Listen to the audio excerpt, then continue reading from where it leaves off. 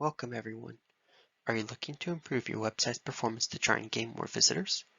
Don't worry, soon we'll go over one of the best techniques to improve performance, lazy loading. Over the next 4 slides, we will provide a brief overview of lazy loading and its underlying principles, as well as its main applications used across the internet today. By the end of this presentation, you should have a grasp of where you can use it for your website.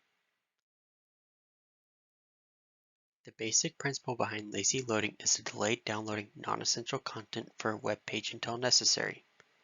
This means initially your page should only load the basic structure, all content that is immediately visible, and any essential scripts.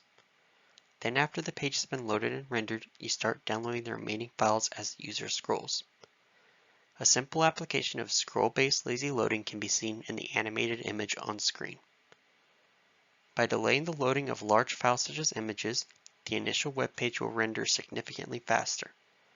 On top of that, if the user doesn't have to scroll, it saves them bandwidth by not downloading images they never see, something extremely vital for the mobile users that dominate internet traffic today. As services moved to the web and began offering more features, the JavaScript files required to run them have grown. Adding to this, since JavaScript works behind the scenes and relies on user interaction, we can delay loading the files. Not every script can be handled this way though, as some are essential and must be loaded instantly, splitting your code into multiple files.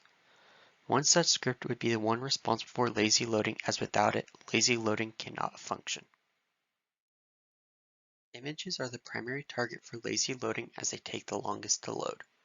Typically, you start off by replacing images not on screen with placeholders of the exact size. This is to prevent the layout changing when the images are loaded in later. Then, as the user scrolls, you start downloading images as they come on screen and overwrite the placeholder.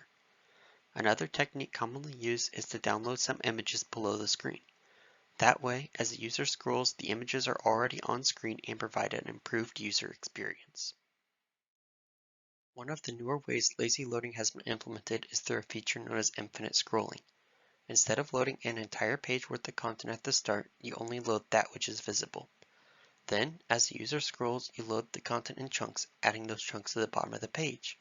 An example of this can be seen in the animated image on screen.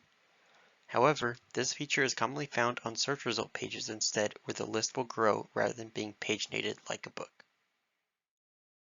In conclusion, lazy loading is a great way to improve your website's performance, no matter what your goal may be. It can even be applied in a variety of ways beyond just images, in ways you may have not even considered.